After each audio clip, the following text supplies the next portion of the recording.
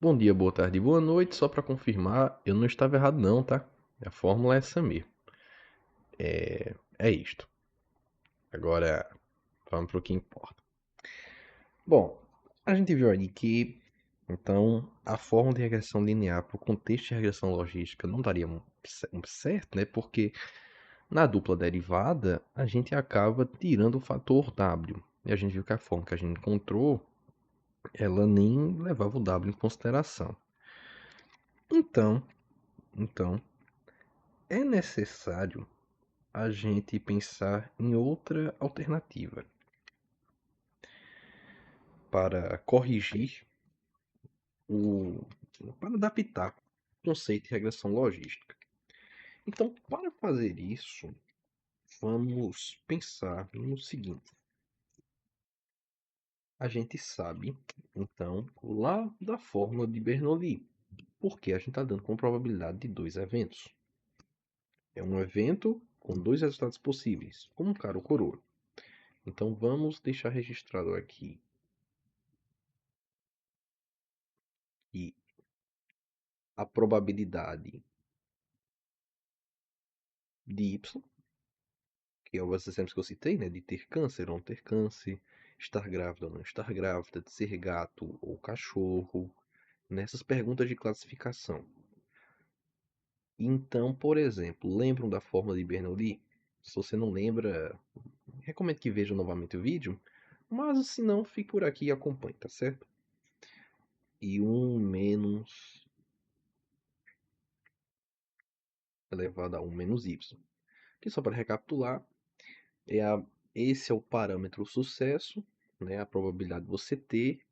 E nesse exemplo aqui, como a gente está falando de por exemplo, um exemplo das moedas. Eu dava exemplos com lançar 10 moedas. Aqui é como se lançar só uma única moeda. Aqui é a chance de ser coroa. Eu estou definindo que se eu tirar coroa, eu ganho. Mas se eu tirar cara, eu perco. Ok? Então, o Y, nesse caso, ele serve como um interruptor. Por quê? Porque se o Y for 1, se eu estiver medindo a chance de eu ter sucesso, então o Y ficaria 1. E aí a probabilidade de ter coroa, por exemplo, seria um único evidente. Afinal, se o Y for definido como 1, 1 menos 1 dá 0. E qualquer número elevado a 0 dá 1. Beleza? Ok. Vamos expandir isso aqui agora, então, para os conceitos que a gente tem. A gente sabe, então, que a probabilidade de Y, de cada Y, de cada pessoa, está em função do xi e w, onde a probabilidade de ter é a sigmoide de xi transposto w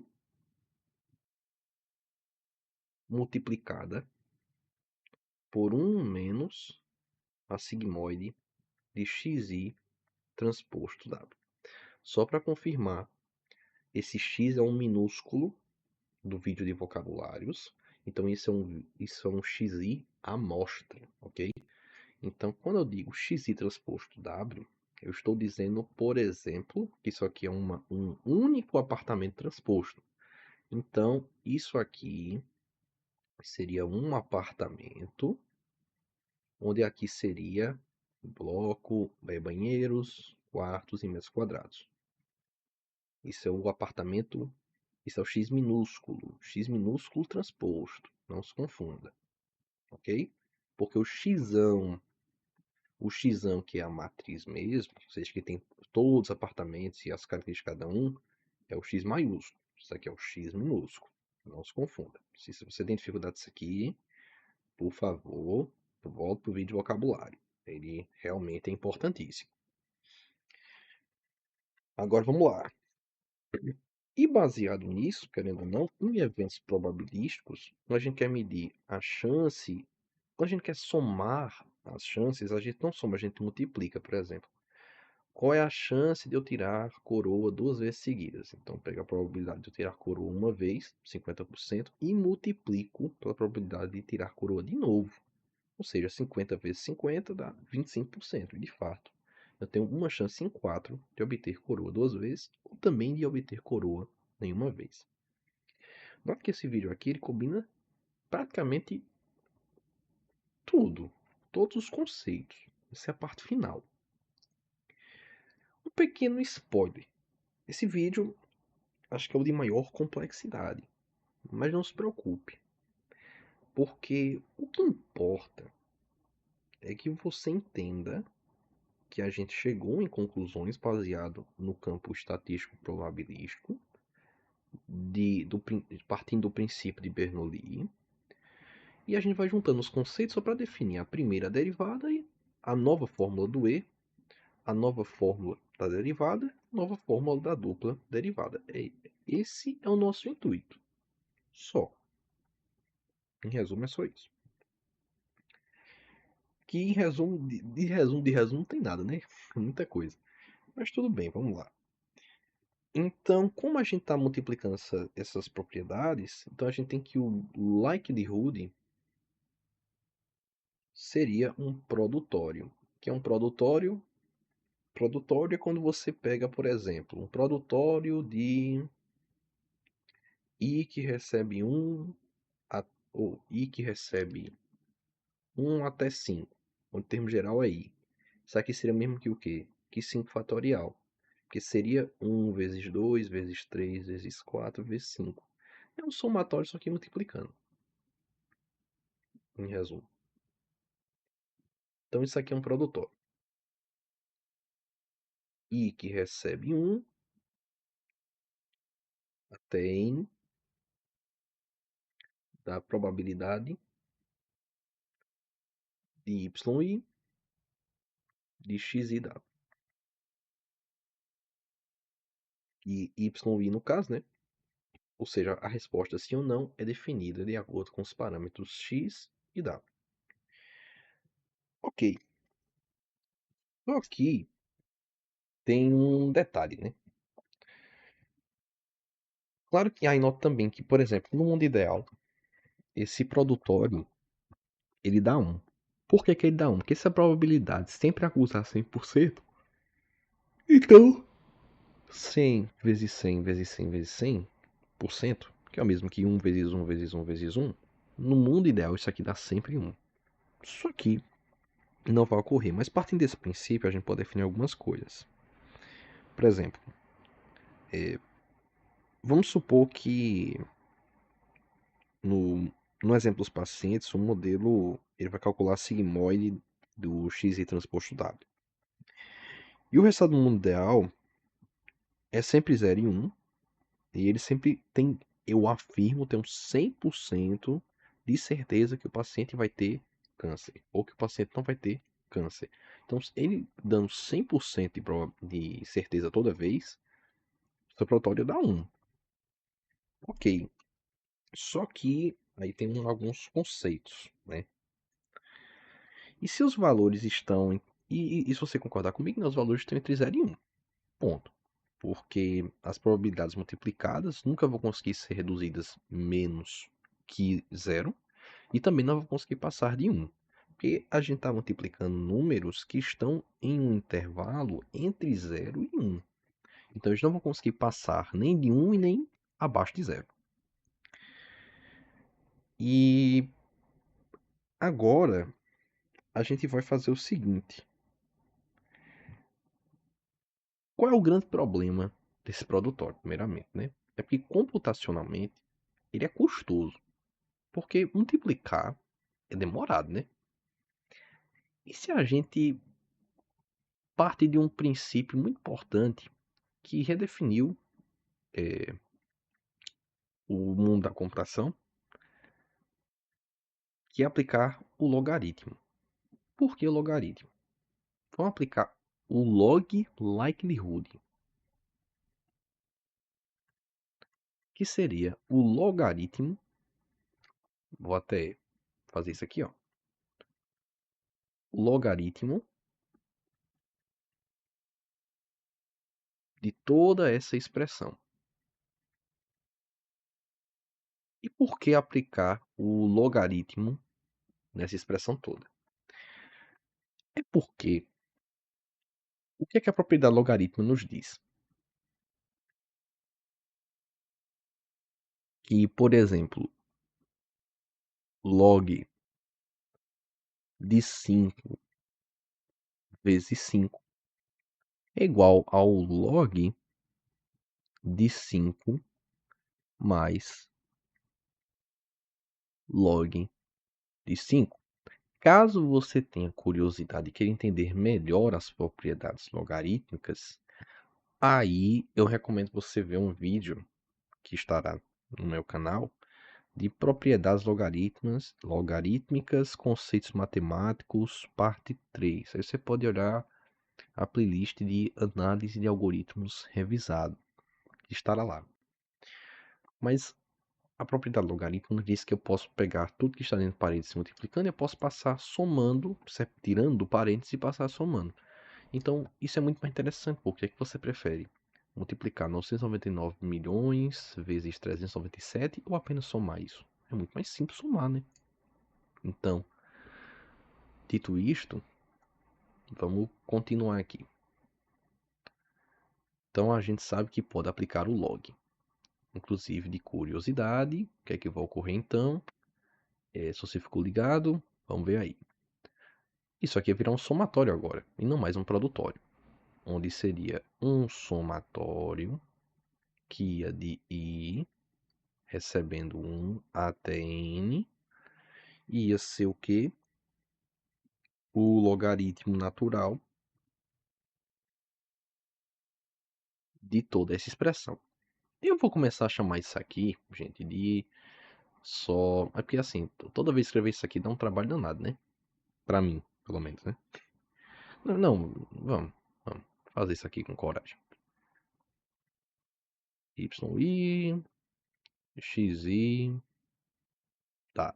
Então, a gente tem aqui, que agora a gente não vai mais multiplicar, vai somar. Curiosidades, qual vai ser o valor máximo que a gente vai conseguir obter agora? Vai ser 1. E por que é que vai ser 1? Porque... Não, perdão. O valor máximo disso aqui vai ser... vai ser 1 mesmo. E sabe por quê? Porque isso aqui antes não dava no máximo 1. E quanto é o logaritmo natural de 1, né? Ou seja, Euler elevado a que número dá 1? É 0. Então, por isso, agora o nosso parâmetro é que o melhor para a gente é ser 0, né? O contrário de antes, que se você parar para pensar, quando era um produtório do likelihood, a pior nota que você podia ter era 0, e a melhor era 1. Agora não.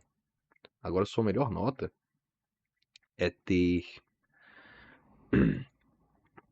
0.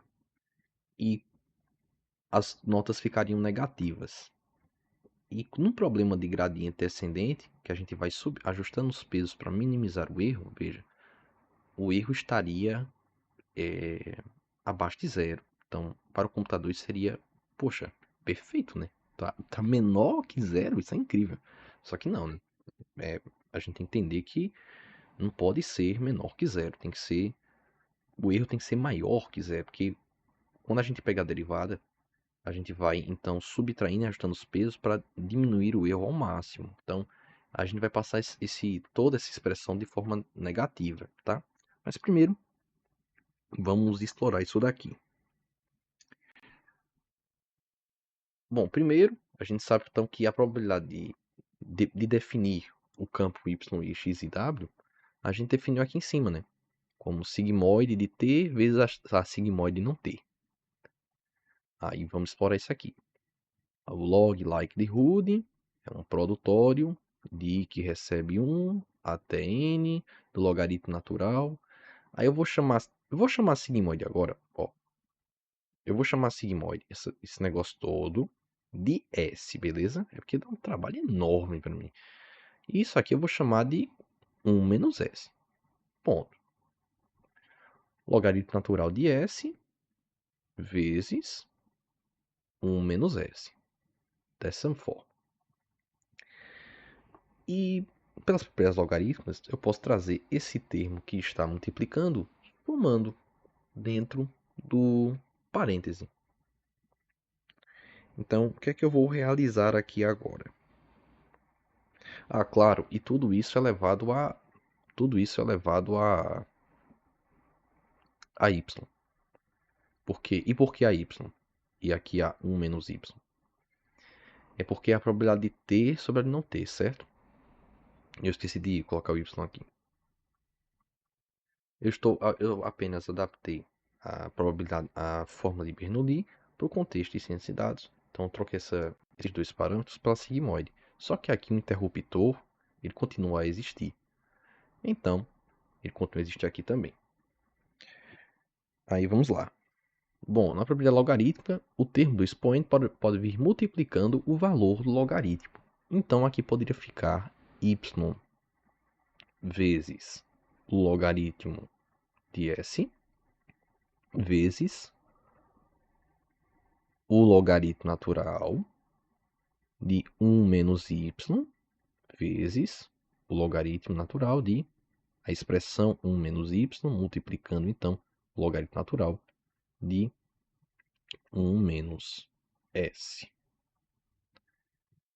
Feito isto, e o produtório de tudo isso, a somatória. E aí, feito tudo isso, o que a gente podia fazer então? A gente pode evidenciar os termos, que, por exemplo,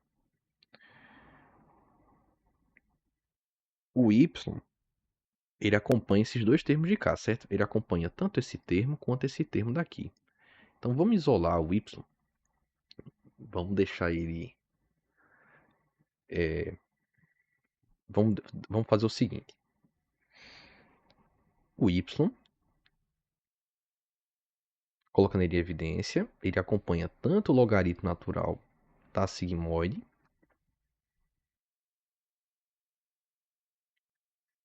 quanto o logaritmo natural da 1 menos a sigmoide. E isso somado ao logaritmo natural de 1 menos sigmoide. Aí se você se perdeu, é o seguinte. Eu peguei tudo que y acompanha e evidenciei. Então, o y acompanha tanto a sigmoide quanto a função contrária da sigmoide. E o 1 ficou isolado. Então, agora o 1 ficou aqui, que é o mesmo que 1 vezes o logaritmo natural de 1 menos a sigmoide. Beleza? E fazendo isso, por que é que eu fiz isso, né? Porque eu vou usar a outra propriedade logarítmica, que é trazer os termos que estão multiplicando para dentro de um único parêntese. E por que que eu vou fazer isso? Porque vai ficar o quê? Y multiplicando então o logaritmo natural da sigmoide e dentro aqui do parêntese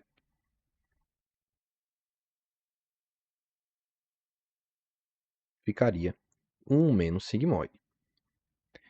E por que que isso aqui é interessante para a gente, né? Porque essa estrutura a gente já viu na aula passada e é justamente a estrutura da odds. A chance de ter sobre a chance de não ter. Isso aqui não é o mesmo que Euler elevado a xi transposto w. Então, a gente teria o quê? Que y multiplicando então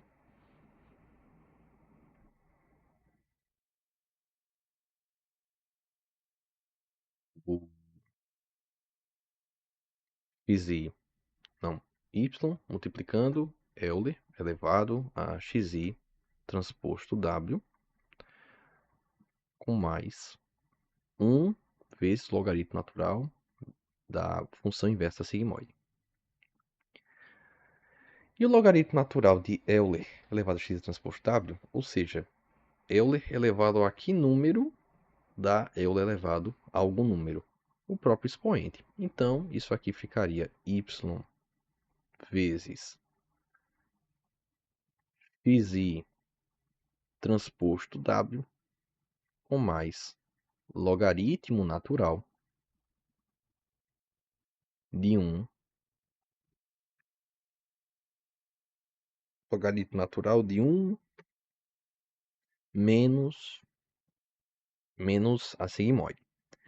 Aí a gente terminou aqui? Não. A gente vai expandir a função da sigmoide. A função da sigmoide é o quê? É 1 sobre 1 mais Euler elevado a menos xi transposto w. Ou a gente pode trocar esse termo todo pela outra função que a gente tem. Veja, essa expressão pode ser resumida assim, ou também pela outra forma que descobrimos, que é justamente 1 sobre 1 mais Euler elevado a positivo xi transposto w. Então, fazendo dessa forma, a gente troca toda essa expressão por esta de cá.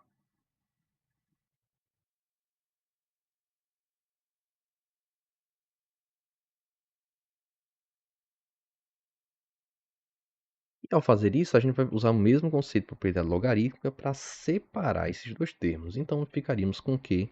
Com o logaritmo natural de 1 menos o logaritmo natural de 1 mais Euler elevado a xi transposto w. E o logaritmo natural de 1 é zero. Então, a gente ia cortar, ia ficar apenas com essa expressão. Então, teríamos o quê? Y, que multiplica xi transposto w, com menos logaritmo natural, o somatório disso. Então, a gente acabaria resumindo toda a nossa fórmula para essa expressão inteira. Isso aqui é o nosso log likelihood. Só que lembra, então, que isso aqui ia ficar negativo e no melhor cenário ficaria zero? Então, a função do erro agora vai ser justamente inverter o sinal do log likelihood. Então, ficaria da seguinte forma. Ok. Então, vamos continuar. Essa aqui é a nossa nova fórmula do erro. E lembra da fórmula do otimizador? Que a gente descobriu que é que o W t mais 1 vai receber o W da vez menos lambda multiplicando pela hessiana inversa e multiplicando pela o gradiente x, onde isso aqui é a dupla derivada e essa aqui é a primeira derivada. Então, eu tenho que tirar a derivada do erro. Então, a derivada do erro,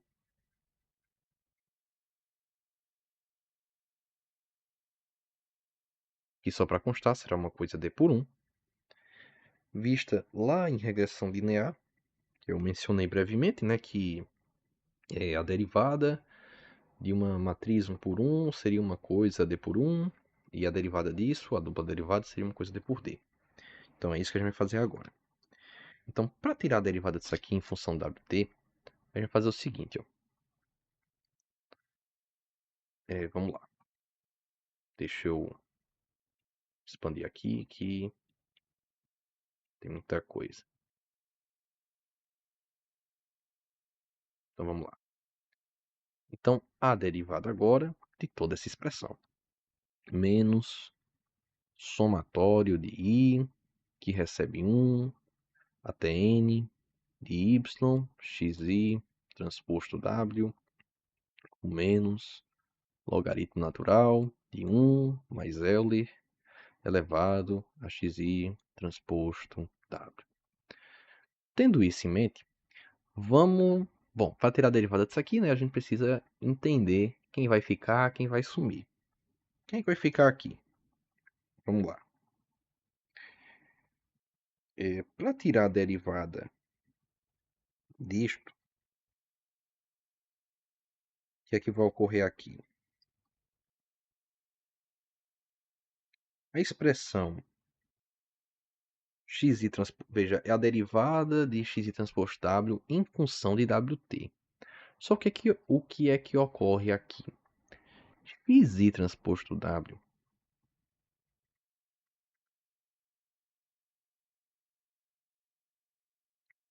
para cada... A gente está tirando para cada x. Então, nesse contexto aqui, o xi transposto w, ele é uma matriz 1 por D.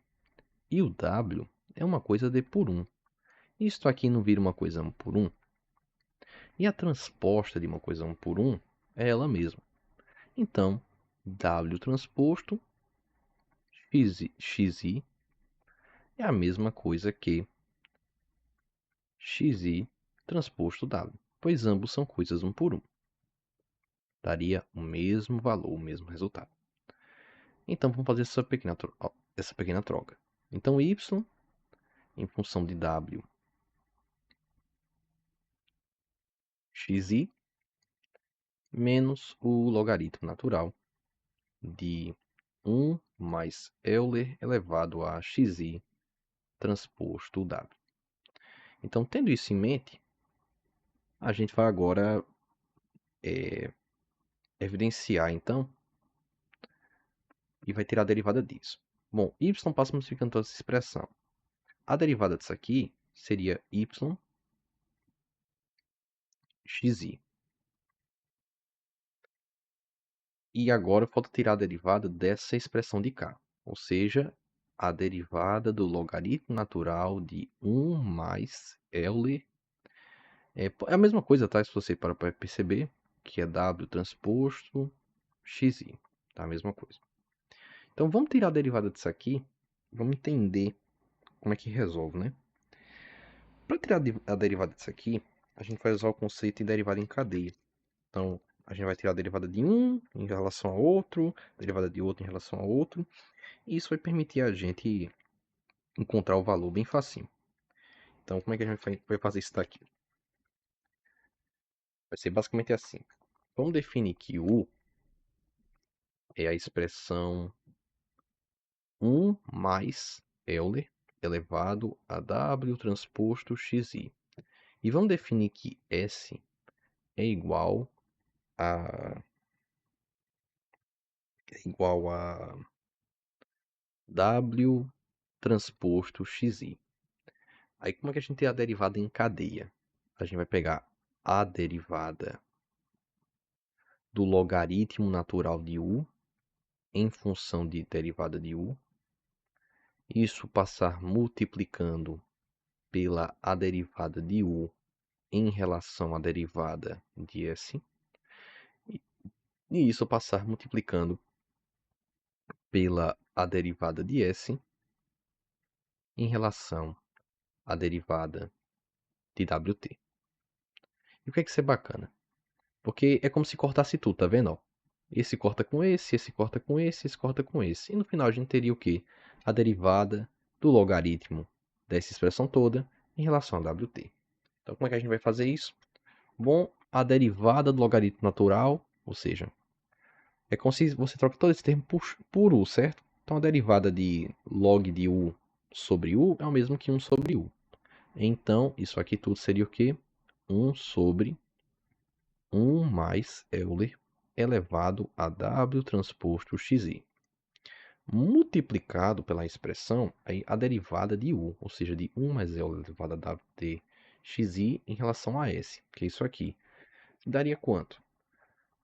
Veja, a derivada de 1 é zero, mas a derivada de Euler não é ele mesmo? Então, ficaria vezes Euler elevado a W transposto xi. Isso aqui tudo pela a derivada do S em relação a WT, que seria o próprio xi. E aí, multiplicando isso daqui, você teria o que? Euler elevado a W transposto xi sobre 1 mais Euler W transposto xi, que você pode novamente trocar a ordem, né? Então, já que W transposto xi é o mesmo que xi transposto W, então vou só trocar aqui para ficar mais intuitivo para a gente. Xi transposto W dividido por 1 mais Euler elevado a xi transposto W, e tudo isso multiplicando por xi, certo? Bom, e agora o que é que vai ocorrer então? Essa fórmula aqui, como a gente já descobriu, é a mesma coisa que a fórmula da sigmoide. Então, a gente teria que a derivada do erro em função de WT seria igual a 1 menos o somatório que recebe de 1 até N de Y, que está... Aí, para tornar a compatibilidade de dimensões possível, vou colocar o x1, o xi aqui do lado. O xi minúsculo, né? Multiplicando por y. E isso daqui, então, com menos. Por que menos? Porque o sinal daqui não era negativo, ele não foi embora. Menos e toda a derivada que a gente descobriu agora. Aí, para tornar a dimensão compatível, colocar o xi aqui também. De Euler elevado a... Veja, essa expressão toda é a mesma coisa que sigmoide. Então, eu vou chamar isso aqui tudo só de probabilidade de você conseguir. Que isso aqui, né, a gente viu que é a mesma coisa que a sigmoide. Então, eu vou evidenciar os termos, ou seja, eu vou evidenciar o termo xi, e dentro do parênteses ficaria y menos p. E o somatório de tudo isso, né? Aí, para me livrar desse sinal, eu vou passar esse sinal, então, multiplicando os termos daqui. Então, se parar para perceber, ficaria a mesma coisa, né, que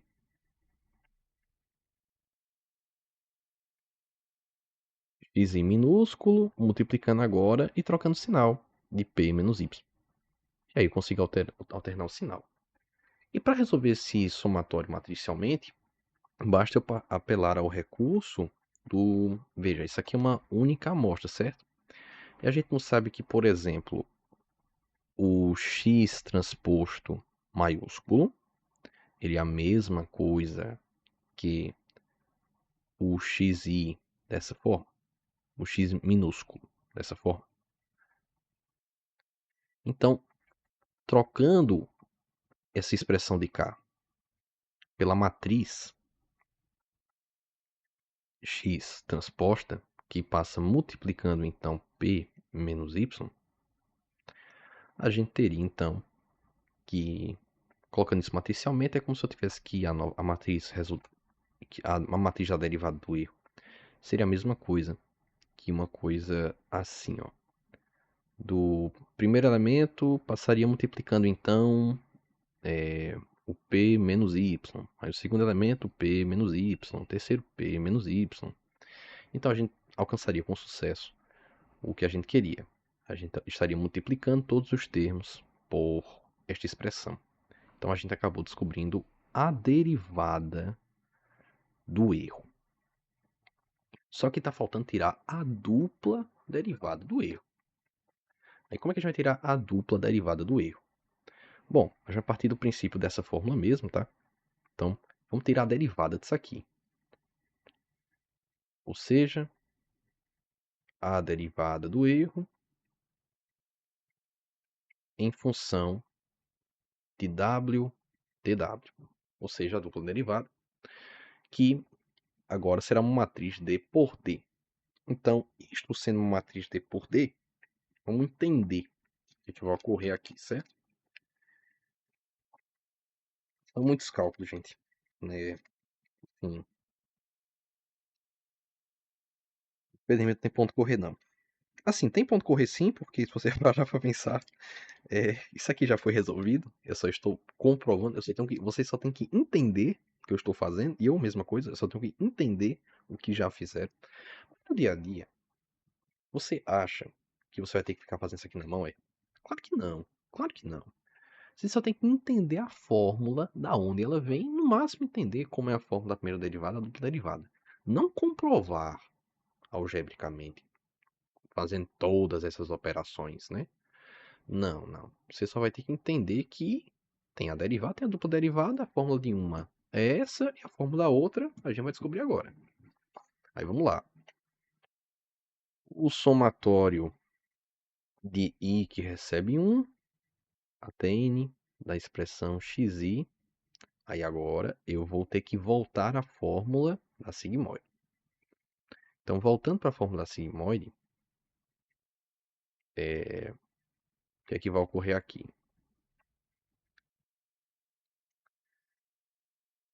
Eu vou separar os termos. Então, vou fazer o seguinte, ó. Vou deixar o xi y menos xi, multiplicando, então, a expressão da probabilidade que a gente descobriu que é a mesma coisa a sigmoide. 1 sobre... que não é Euler elevado a xi transposto w, que é o mesmo que 1 mais Euler elevado a menos xi transposto w. A gente viu que isso aqui é a mesma coisa. São só duas formas de escrever a mesma coisa. Então, vamos tirar a derivada disso daqui. Aí, como é que a gente tira a derivada disso aqui? Isso aqui vai embora, né? Se você parar pra pensar, porque não tem um composto W aqui na relação. Aí tem que tirar a derivada disso aqui. Aí a gente vai usar a derivada em cadeia de novo. Então, a gente vai chamar de U a expressão de 1 mais Euler elevado a menos xi transposto W. E vamos chamar S de... de 1 mais... Não, peraí, deixa eu ver o que eu chamei dessa outra vez mesmo. Eu sempre me confundo isso aqui. Não, isso mesmo. Então vamos chamar S de... Vamos chamar S de xi transposto W. E vamos lá. Agora vamos tirar a derivada em cadeia disso aqui. Vai ficar o quê? A derivada de U elevado a menos 1 em relação a 1 vezes a derivada de U em relação a S e a derivada de S em relação a W.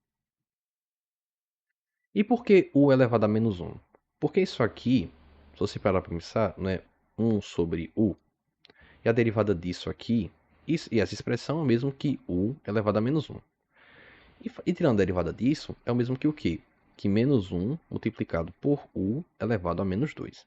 Então, você teria que, na verdade, o resultado dessa expressão daqui, está acabando o papel, o que é irônico, né? Porque é um computador, mas, enfim, o Paint é assim. Um momento aqui, haja cálculo. Ok, pronto, vamos lá. Então, vamos tirar a derivada disso aqui. Então, ficaria consequentemente o quê? 1 sobre a expressão de baixo elevado ao quadrado.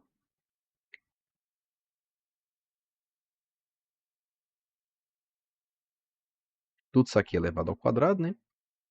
Só que isso aqui multiplicado por menos 1, multiplicado por... Aí veja, peculiaridade sobre a derivada de Euler que eu devia ter mencionado antes, né?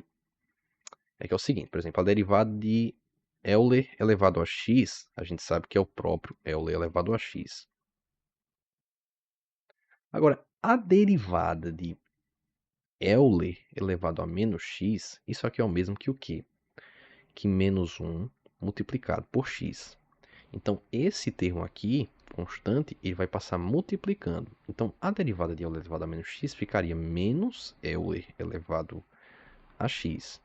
Aí, se fosse menos 5, por exemplo, aí ficaria menos 5 vezes Euler elevado a x. Tá certo? A menos x, perdão. Então, baseado nisso,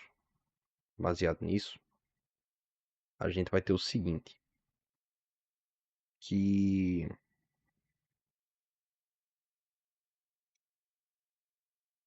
essa expressão daqui, ela fica então negativa também, só que multiplicando por Euler elevado a menos xi transposto w sobre 1, porque a derivada de 1 é zero, e multiplicado então por xi transposto. Agora vamos resolver isso aqui e entender o que é que a gente está se deparando, na verdade, né? Então vamos lá. Isso aqui está ao quadrado, vai ser muito difícil de resolver. Mas não é só pegar esse denominador e passar ele para cá? Então ficaria a mesma coisa. Você poderia fazer então 1 sobre 1 mais Euler elevado a menos xi transposto W multiplicado por Euler elevado a menos xi transposto W e esse termo dividido por 1 mais Euler elevado a menos xi transposto W. Por que é que eu fiz isso? Porque veja, aqui não era ao quadrado? Ó, só para você que está... Meu Deus, isso aqui não é para mim, né? Você que tá meio doido aí. Vezes 5. Isso aqui é a mesma coisa que 2 dividido por 3 vezes 5 dividido por 3. É a mesma coisa. Isso aqui, você só está pegando um dos três e passando multiplicando pelo denominador do outro. Então você teria a mesma coisa. E aí, olha só que interessante. Essa expressão daqui a gente sabe que é a sigmoide, né? E essa expressão de cá, ela é o quê? Essa expressão de K, se você parar para pensar, ela é justamente o contrário da sigmoide. Se você multiplicar ambos os termos aí por Euler elevado a x transposto W, você obter a função inversa da sigmoide. Então, isso aqui é a função inversa da sigmoide. Logo, a gente tem que a sigmoide multiplicada por 1 menos a função da sigmoide. E ajustando agora, então, os valores de x que encontramos, que foi o... E a gente encontrou o xi transposto.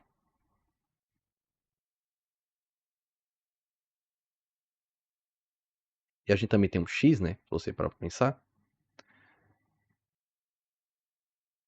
Veja, tinha um xi multiplicável e tem um xi transposto. E o somatório de tudo isso.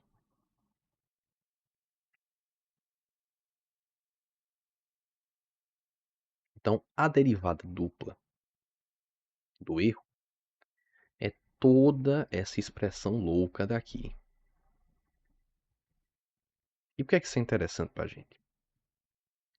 Que a gente vai poder justamente trocar na fórmula hessiana inversa e ter isso daqui, certo? Aí você pode estar se perguntando como é que eu coloco isso aqui matricialmente. Bom, basta trocar, certo? Isso aqui é o x minúsculo, isso aqui é o x minúsculo. Então você teria que isso aqui é o x maiúsculo transposto, multiplicado então por... Aí que tá. Isso aqui ia virar um vetor, vou chamar de vetor P. Onde o vetor P maiúsculo, ele é um vetor diagonal, ou seja, todos os elementos são zeros, exceto as diagonais desses elementos de cá. Então você teria o quê? A função da sigmoide vezes a função contrária da sigmoide no elemento 1, 1. No elemento 2, 2, aqui no meio, seria sigmoide vezes a função contrária da sigmoide. E por aí continua. E todos os elementos são zero. E por que a gente faz isso, né? É para garantir que cada x vai estar sendo multiplicado pelo seu respectivo w. Lembra da função? É w0, que é Euler elevado a x transposto w. Que reescrevendo de outra forma, visto no vídeo passado, é o mesmo que o quê? W0 mais x1w1 mais x2w2 mais x3w3. Então, colocando a diagonal, a gente garante essa propriedade, que cada linha só é multiplicada pela sua respectiva coluna, portanto, garantindo assim essa propriedade. Então, terá essa matriz diagonal P e multiplicado pelo x minúsculo transposto, fazendo uma matriz somatória disso, seria o x normal. Isso atende nossas condições? Atende, porque aqui seria uma matriz D por N.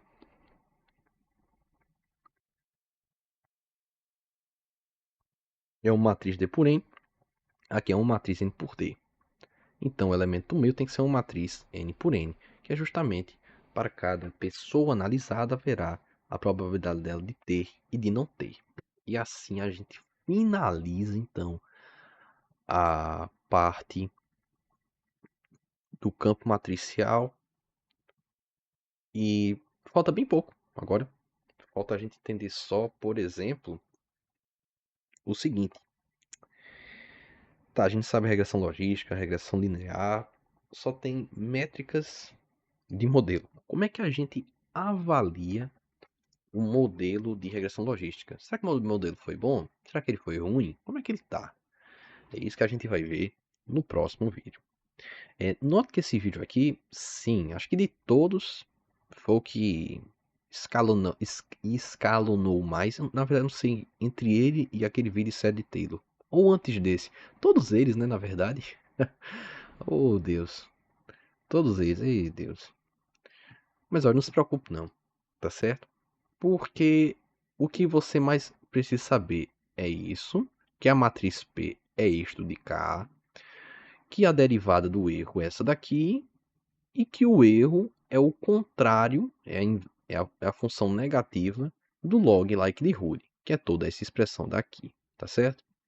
Então, com isso, a gente finaliza aqui e é isso. Espero que tenha ajudado.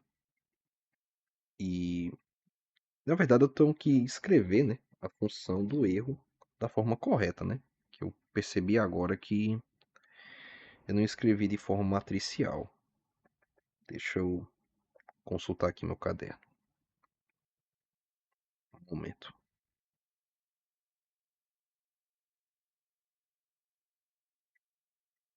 Curioso que eu não tinha reparado nisso até agora.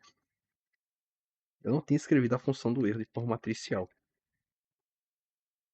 É porque realmente, né, como é que você escreve isso de forma matricial? Que é o logaritmo de cada termo. Que é o log likelihood.